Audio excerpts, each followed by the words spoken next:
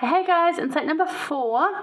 So you were just going over the lesson this week. There's no notes for this week. I'm just going over this first lesson about taking responsibility for our own learning. They've given us this really lovely lesson to kickstart Come Flow Me for the second round back into New Testament, just to ease us in, I think. And it's brilliant. It's in that week where nothing really happens, but we exist and live anyway, which is love. I love that week. It's a weird week between Christmas and New Year's. Always love that week. Yeah. It's just, I don't know, it seems magical to me for some reason. I don't know if you feel the same. If you do, let me know, because maybe I'm just being weird and it's just me, but anyway. So we're just going through talking about how to be more responsible for our own learning, some of the helps that are in this wonderful manual that is provided. Now, again, and I'll preface this again, the wards are no longer handing these out. Resources are going in better places, and we're trying to be more environmentally friendly. So if you feel you really, really need a paper copy because you teach like I do and you want to write notes and highlight stuff all through it, you need to go buy one yourself. Or just use it electronically. And if you're not finding, because a lot of people have found that they didn't even use these paper copies. When they first came out, we were like, oh, we need one each. We all need one. And then we found that we only use one anyway. So for our house, one's enough. And then there's the teacher's one for Sunday school, which is I've got a red cover and it's a lot thinner. Same picture though. Same picture, but orange and red. And that's good if you're teaching. Has some different takes and some ways to help you teach. But yeah, again, electronically, if that's fine for you and you work with that, great. And if you don't, you'll need to go get one yourself. Or ask your bishop really, really nicely if the ward would kindly sponsor you one. I'm sure they would. Okay, so we're on page 2 of this book. And we're just looking at, I need to know the truth for myself. So perhaps you know people who never seem to lose their faith, right? No matter what happens in their lives. They may remind you of the 5 wise virgins. Again, we're going into the parables because it's New Testament year. Yay, parables. So what you may not see is their diligent efforts to strengthen their testimonies of the truth.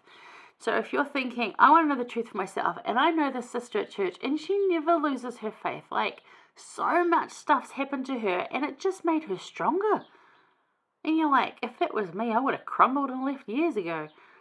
What you don't see is the consistent effort they put in to keep their testimony and the work that goes in daily. And I know because I do that myself, because I used to look at those people and think, they're so lucky to have a testimony like that. You know, I struggle with this and that and the other thing. I have a testimony of Christ, but I struggle with that principle and that quality and something else. And it's like, you know what? They struggled too. But what they did was study every day a little bit to get that rock solid foundation with Christ. And when I started doing that, I did better too. So now I have people saying to me, oh, you're so strong in faith. And I'm like, yeah, but this is why.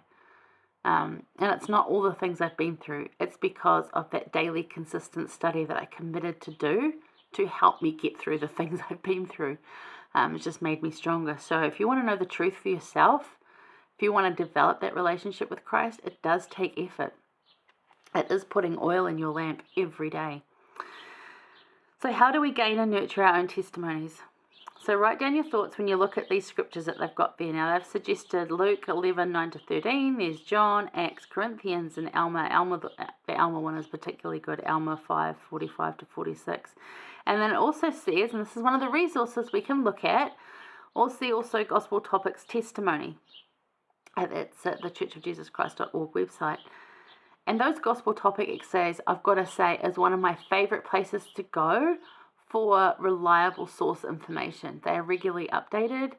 They have links to all sorts of talks and quotes and scriptures that can help you find the answer that you're seeking, or to find a testimony of what's being talked about. And this particular one is a testimony. So if you want a testimony of your testimony, sounds a bit weird, but yeah, go and have a look at that. Go and look at the Gospel Topics essay if you've never done that. You can find them online, or you can go through the Gospel Library app, and they're there as well. And there's such a raft of subjects that come up often, and they're very simple to read. There's nothing complicated in there. They have great suggestions. It's just fantastic. So try doing that. So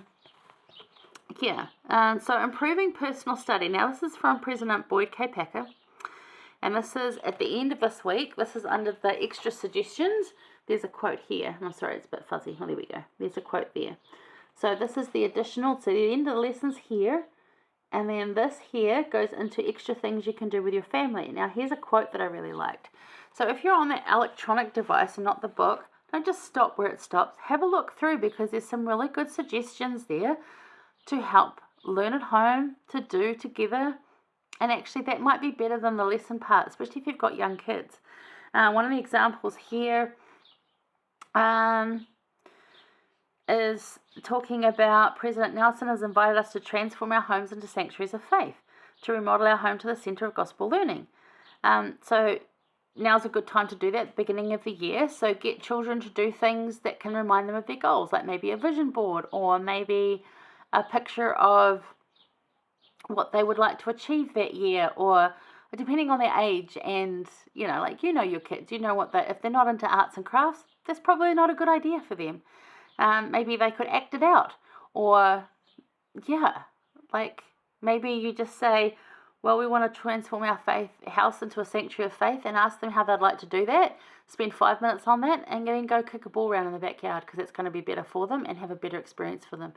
And still, while you're kicking the ball around and we're playing catch or whatever you're going to do, if you've got those kind of kids, talk about that, how we can make those changes in our home so that it is more gospel-centered, to transform that home to a sanctuary of faith. So there's one suggestion just there. And that ties in with Come Follow Me Primary, which they'll get if you're going to church. And then there's a suggested song about Teach Me to Walk in the Light you could sing together, or if you've got someone who wants to sing it, let them do a solo. That's why this book is fantastic, because it gives so much suggestions, and it lets you just teach how is going to best for your family, because we're not going to do either of those things. We don't have children at home here, and we don't like kicking the ball around in the backyard. We also don't really want to draw together, but we'd probably just discuss it and think, is there more we could do to transform our home into that sanctuary of faith? More than we've already done. Because there probably is. We just haven't thought of it. And maybe we'll come up with some ideas. And that's where you go share your ideas with other people and rip off their ideas. That's how that works. It's about sharing. It's awesome.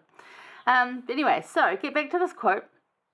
A doctrine is an eternal, unchanging truth. This is telling us to look for doctrine. So President Boyd K. Packer declared that true doctrine, understood, changes attitudes and behaviors. As you and your family study the scriptures, look for truths that can help you live more like the Savior. And that's absolutely true. True doctrine, understood, changes attitudes and behaviors. So for those that aren't changing, they're not really understanding it. And it's not about blaming them or pointing fingers. It's just about loving them until you can help them understand it. But yeah, as you and your family study the scriptures, look for truths that can help you live more like the Savior. So it's again looking for those principles of the gospel as you study. If your kids can pull one out while you're reading together, and maybe you don't read from the scriptures because they're so little, maybe you pick one verse to read from the scriptures, and then you go to that lovely cartoony version one with the words at the bottom, because that's going to help your 3-year-old more. Again, that's totally fine. It's what works for you. This whole program of Come Follow Me is what works for you. So, thank you for that, right?